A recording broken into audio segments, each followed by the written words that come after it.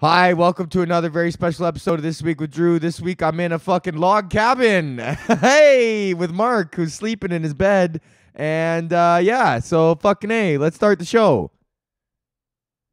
Oh, I'm a little bit too early on the intro. Where the fuck is the song? Oh, there it is. Hey, let's start the show. I'm in the log cabin with Mark, and he's sleeping, and he's gonna take a shit, and he's gonna fart. And it stinks like shit because there's poop in his butt. And the fart smells like poop. Hi, welcome to another episode of This Week with Drew. This is for Thursday, September 12th, 2019. I don't have a fucking piano. What's going on? Because I'm broadcasting to live. Recorded live from Manitoulin Island, bro. It's an island in the north part of Ontario. That I did a comedy show in last night. Me and Mark Anthony Synagoga came up. We drove up all day, and we had a show on a reserve. And we went and we did the reserve, and it was so sick, and everyone was super down with us. And there was some dirty old res dogs outside, and now I'm here in this log cabin. So that's why I didn't release the podcast yesterday. We were driving like almost 8 hours all day to get here, and then we had to find the log cabin, then we had to go do the place, and then come back, and then there was not enough time to record the podcast or upload it. So fuck you. This is fucking free anyways. Why are you bitching about when the fuck I'm dropping my free content? But, I've been making like a road documentary with my camera because I got my camera. So I'm going to drop the road doc on Patreon for my Patreons. Shout out to my Patreons. John, Dreg, Isaac, Go, Mike, and Bubba, Marnus, Breeze, Game Breeze, and Bubba Tunde, Name Under Resno. Man, I didn't even get fucked up last night. I have not been drinking at all. It's been sober September for me. I've been September since sober 2nd. And because that's my birthday. I'll get real fucked up on my birthday and then just fucking chill. Not drink for the whole month of September. So I'm fucking going. I had one little blip day, a couple days after my birthday. My friend Elaine bought me some rosé and Jessica, so I drank some of the rosé that they gave me, but it was just a couple glasses of rosé. Jeez, just relax. It's just a couple glasses of rosé. Anyways, fucking A, what's up, Bubba? What's up, fucking Brees and the Street Demons? What's up, Isaac, bro? This is what I wanted to talk about, my buddy Isaac. First of all, shout out to everybody who voted for me. We fucking made it through to the finals. Again, the Edmonton Journal did a big story on me, and the Edmonton Sun picked it up. We were in both the print and the digital release, which is sick. My mother absolutely horrified because the line in it, in the interview, what happened was the guy asked me where I grew up and my sort of my upbringing, and I said blah blah blah blah blah. I grew up in the North Side, Beverly, 118th Avenue. A lot of my friends. I wasn't like a lot of my friends. I was a theater kid. Most of my friends ended up working on the rigs or selling drugs, which is fucking true. And when the story was printed, the guy said, he phrased it that Drew said his only two options for a career were selling drugs or working on the rigs, which terribly upset my mother. My mother is terribly upset by these comments because I have made her look like a horrible mother or some shit like that. So my mom is fucking freaking out right now because everyone in her yoga class thinks that she's a bad mom. And how could she even show her face in yoga as she's so embarrassed because she's a bad mom who raised her son who barely escaped the streets and drug dealing. Well, it's not even what I fucking said.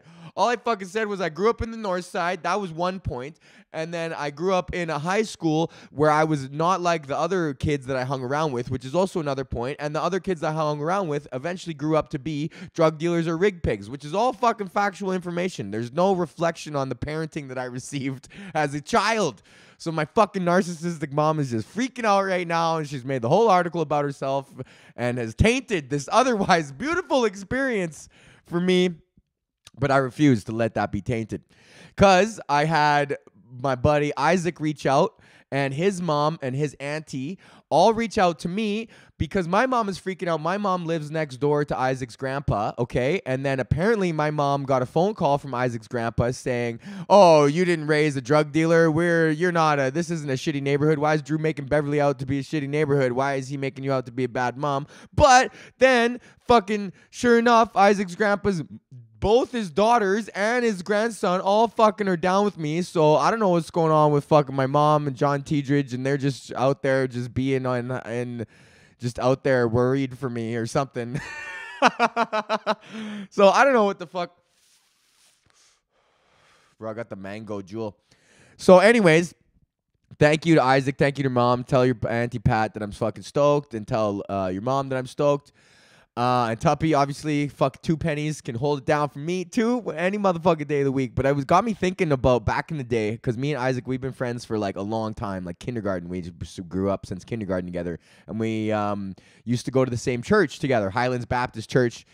And there was this thing called YC Youth Conference, which is like this touring like youth Christian fucking YC conference. And it is so funny because there was the hottest fucking chicks at YC, man, and they're all virgins, bro. These hot ass Christian virgins, man, just everywhere.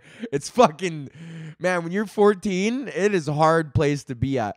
But we used to be, there was this weird, we would go to YC, but then we would sleep over at the church overnight, and then we would like, for some reason, we were like bad Christians. We were like good, we were like bad boys of the Christian world, because we would like go to church and like youth group on Fridays and like fucking whatever.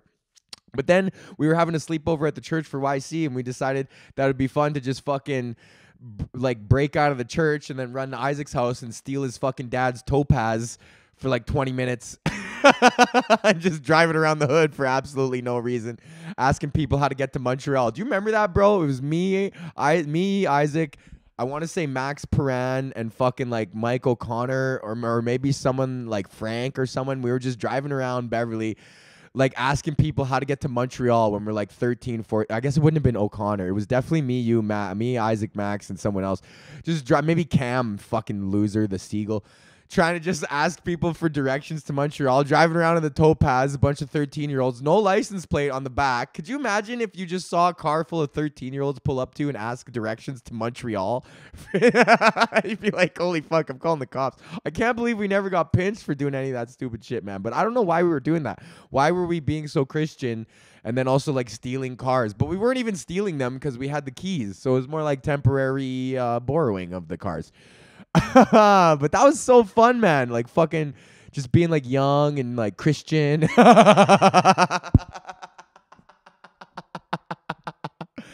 But skate church was fucking sick too. I never really went to that because I wasn't really that good at skateboarding. But I remember going a couple times with Mink and like fucking just like fucking John Watkins and shit like that, and those fucking guys, and going to like skate church and just like being like Christian, man. They try to get you. That's why there was so much Christian shit floating around when we were young, because if they can get you when you're that age, man, like you're not gonna get a rational, reasonable 29-year-old man to fucking believe in Jesus, but you can get like a fucking 12-year-old kid to be like, real, whoa, I mean, fuck, like I've only been wiping my ass for 8 years, like that sounds right, maybe.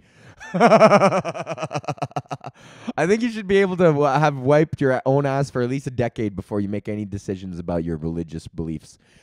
I brought a whole bunch of weed with me on the fucking thing, and I got a pack of res darts for Mac. I got some menthols, elites, buddy. Is that gonna fucking? Oh yeah, we're zoomed in on the elite menthols. Now I'm blurry in the back. Oh shit, this is good.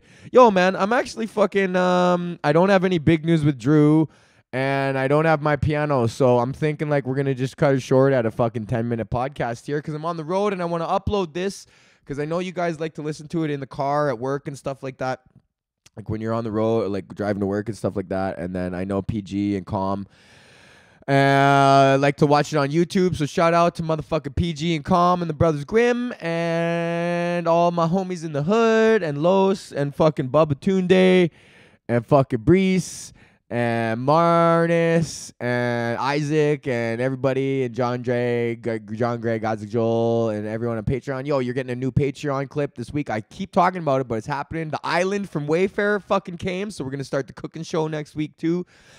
And yeah, I'm in this fucking log cabin, so I'm just gonna go jerk Mark off now and wake him up, and then get a big Italian load in my face, and we'll fucking taste like oregano and basil, and then we're gonna get the fuck out of here.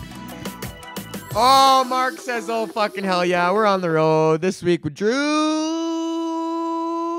You know what to do.